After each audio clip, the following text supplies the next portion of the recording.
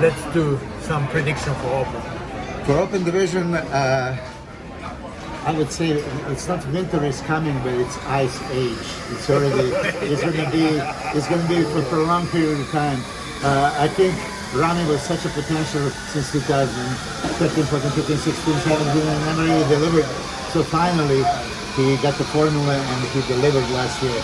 There's no way after becoming Mr. Olympia champion they're going to change anything. So he is with Chad and Dennis. He was for weeks and weeks and weeks in Phoenix, Arizona, and I think he's going to bring just as good or maybe better package.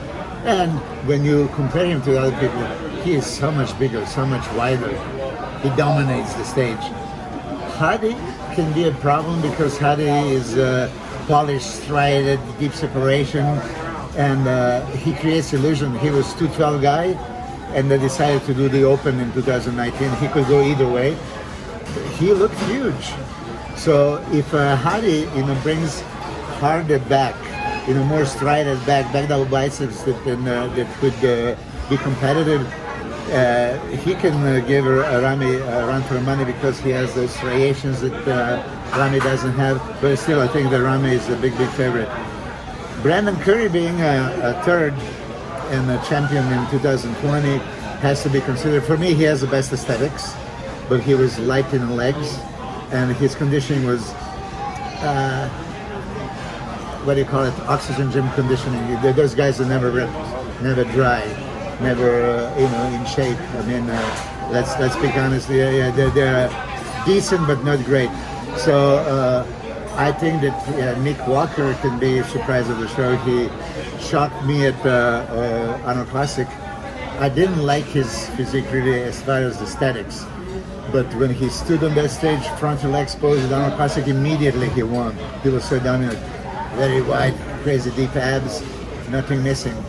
But that was a level of competition that is not Olympia level. I think that here we're going to have a much greater. I forgot to mention William Boniak. I think William Boniak can be very much in the mix for top three. I actually see him possibly beating Brandon because Brandon never really delivered that super dry, great conditioning. William Boniak did many times, so his legs came down in the last few showings, but I think he had a full year that some videos that you've seen, he's coming fully loaded, and he is one of those guys that has almost too much muscle. When you look at his frame, he's a little bit narrowish, but the side chest, arms, he can be a problem. Back double biceps is out of this world. So those are my top five. In which order? I would predict Rami still keeps it. Second would be Hadi. Third, Boniak.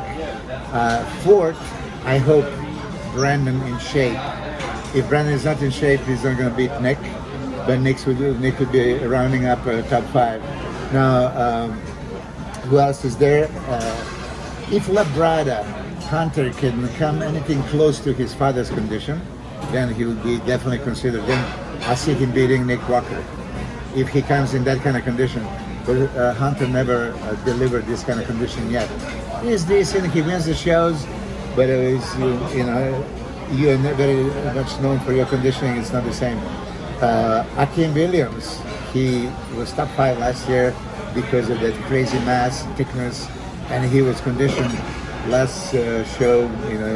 He was so off that for me, instantly you realize he's not top Olympia material. So Akeem on, yes, possibly top 5. Akeem off is going to be a contender. Justin Rodriguez could be a contender. He has a crazy upper body. Legs are still not up there, and he didn't pose them well. He lost the contraction. So most of the frontal poses he was without the half body, because when you don't have a separation, you don't have so much size, then you lose in every comparison. Jan Valier, 2 times champion, recently second at Arnold Classic. He has to be considered. I just don't think he is that level. The best poses of Jan are side chest and side triceps. And if you really analyze, he doesn't have neither good chest or tricep. He just positions himself and he looks good in those poses. But Is this top 10 chess in the world? No. Is this top 10 triceps? No. So these kind of things. He is obviously missing in the calf department, and everybody jumping on that to penalize him. Judges don't penalize him for this, which is good.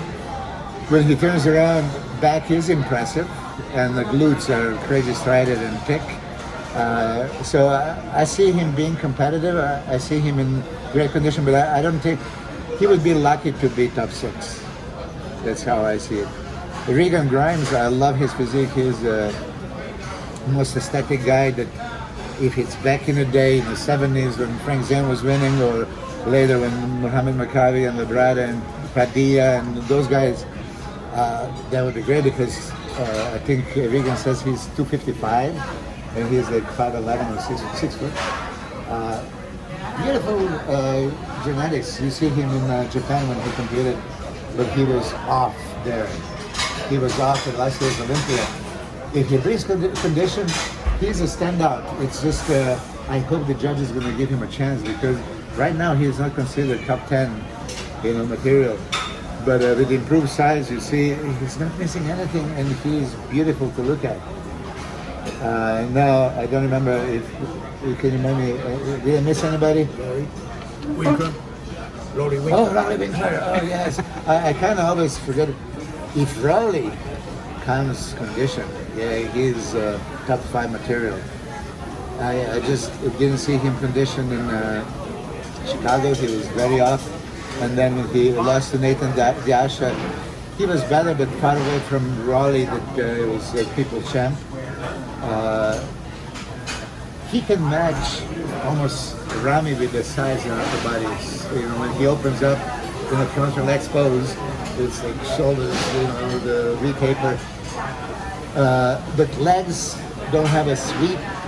And standing next to Rami, standing next to Hadi, William Bonyak with the great legs, that can be a downfall. But if he's in shape, if he's ripped, like we saw him in Australia when he competed, when he won, he beat William Bonyak, he would be a top 5. ミロスはもちろん今 Winter is coming with the ビッグラミが言ってた Winter is coming じゃなくて今氷河期になったということで、ビッグラミの長期制限が続くんじゃないかということで、もうオーバーウィルミングってもう完全にもうサイズ、広さ、大きさ全部他の選手よりも一線を隠してるんで、ビッグラミの時代が続くんじゃないかと。で2位に入って2位候補はハディ・チョップで、ハディがもしラミを倒せるとしたら、そのラミが持ってないのはこうストライションが入った硬い仕上がり、それをハディは持ってるので、そこじゃないかと。だからそれが起きるためにはおそらくラミが相当外してこなきゃいけないけれども、去年長らくねコンディションがなかなか作れなかったラミがついに完成してきたので、これから外してくることはなかなかないだろうということで、やっぱりラミが1位で、ハリーがそれに続くかなと。で3位はブランドン・カリーとウィリアム・ボニャックかなと。でもちろんダークホースとして、新人のニック・ワーカーが入ってくるんだけれども、まずこの3人で比べたときに、ブランドン・カリーは2019年チャンピオンで、もちろん優勝候補で上がってくるんだけれども、やっぱりこの足がちょっと弱いというところと仕上がりが、ハリーのように硬い感じに仕上がって若干膨らんでるというか水っぽい感じでいつも出てくるので、これがちょっと足を引っ張るかなと。